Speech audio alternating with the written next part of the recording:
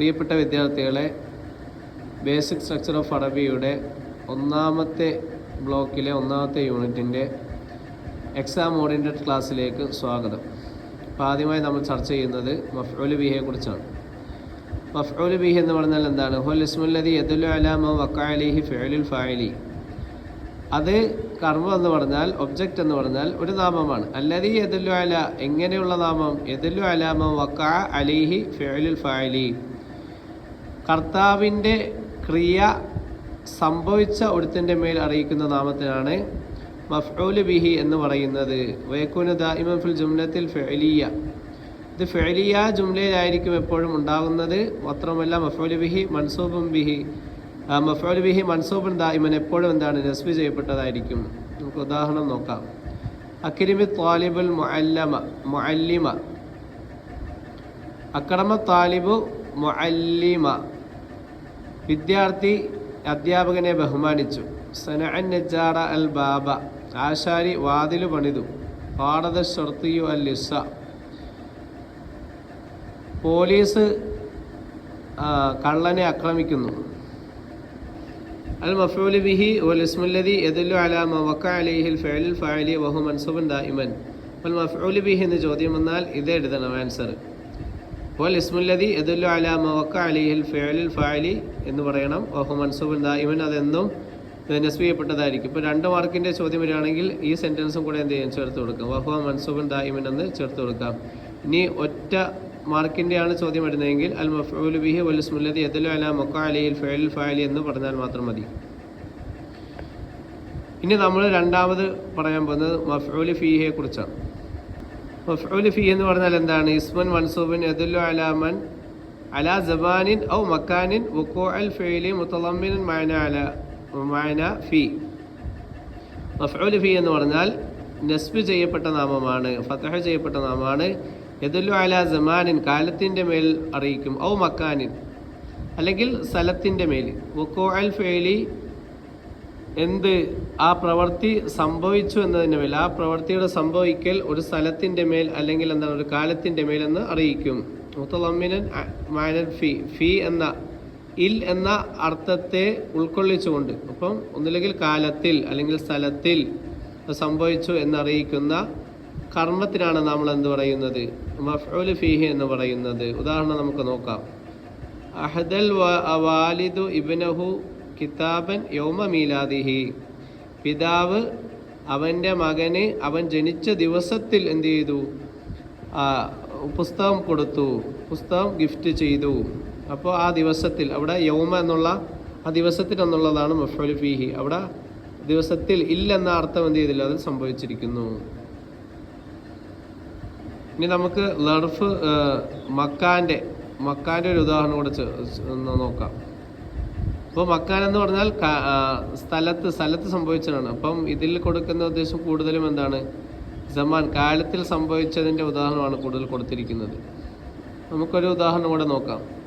ഹീന സല്ലമത് തിൽമീദു അലൽ മുഅല്ലമി ഹീന ലഖിയഹു, വിദ്യാർത്ഥി അധ്യാപകൻ്റെ മേൽ സലാം പറഞ്ഞു. ഹീന ലഖിയഹു, അവനെ കണ്ടുമുട്ടിയപ്പോൾ.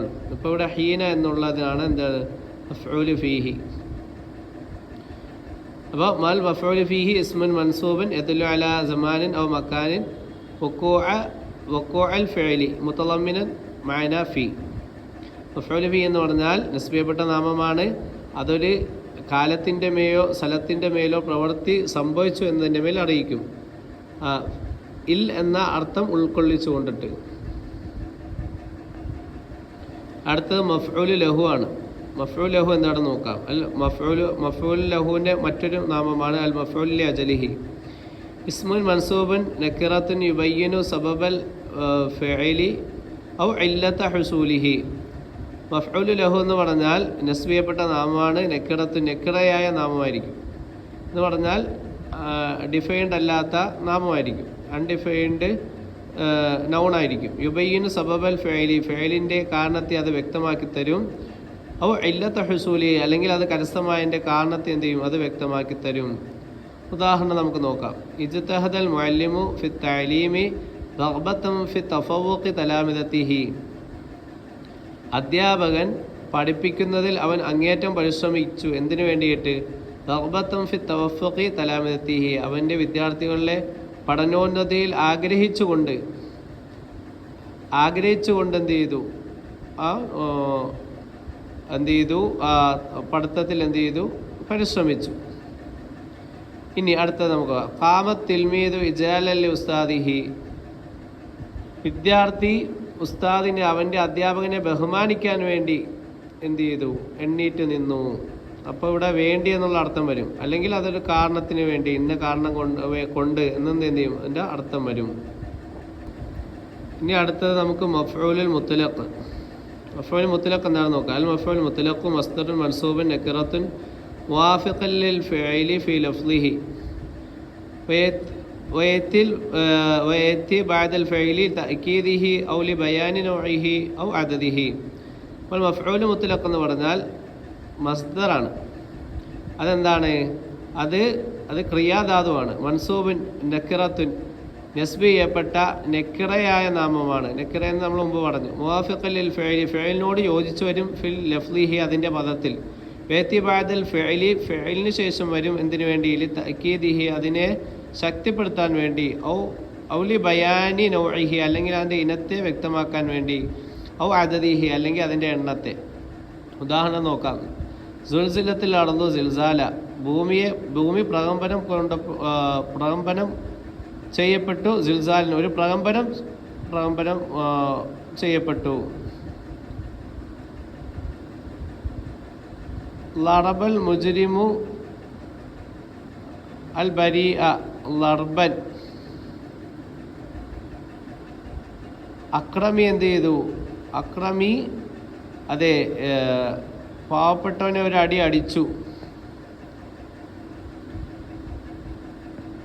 അപ്പോൾ എന്താണ്? ഇതൊക്കെ ഒരു കാരണത്തിനെ ബയാൻ ചെയ്യാൻ വേണ്ടിയിട്ട്, അല്ലെങ്കിൽ എണ്ണത്തെ, അല്ലെങ്കിൽ ഒരു ഇനത്തെ ബയാൻ ചെയ്തിട്ട് വരുന്ന കർമ്മത്തിനാണ് മഫ്ഊൽ മുത്ലഖ് എന്ന് പറയുന്നത്. ഒന്നുകൂടെ പറയാം. അൽ മഫ്ഊൽ മുത്ലഖു മസ്ദറുൻ മൻസൂബുൻ നക്കിറത്തുൻ മുവാഫിഖൻ ലിൽ ഫിഇലി ഫി ലഫ്ളിഹി യഅതി ബഅദൽ ഫിഇലി ലിതഅക്കീദിഹി ഔ ലിബയാനി നൗഇഹി ഔ അദദിഹി. അപ്പോൾ ഇനി നമ്മൾ പറയുന്നത് അൽ മഫ്ഊലു മഅഹു, മഫ്ഊലു മഅഹുവിനെ കുറിച്ചാണ്.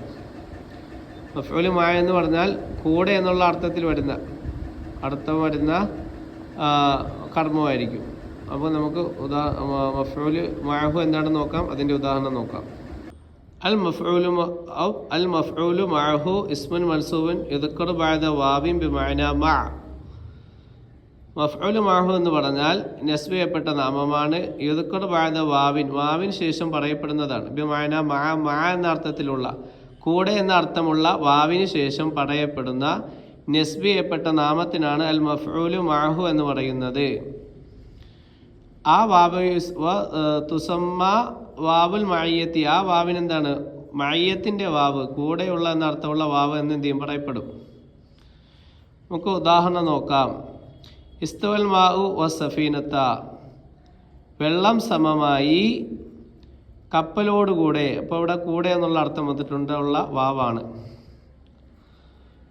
അൽ മഫ്ഊലു മഅഹു ഇസ്മുൻ മൻസൂബുൻ യുദ്കറു ബഅദ വാവിൻ ബിമഅന മഅ. ഇതോടുകൂടി അപ്പോൾ 5 മഫ്ഊലിനെ കുറിച്ച് നമ്മൾ ഒന്നാമത്തെ ചാപ്റ്ററിൽ പറഞ്ഞ 5 മഫ്ഊലിനെ കുറിച്ച്, 5 കർമ്മങ്ങളെക്കുറിച്ച് നമ്മൾ ചർച്ച ചെയ്തു.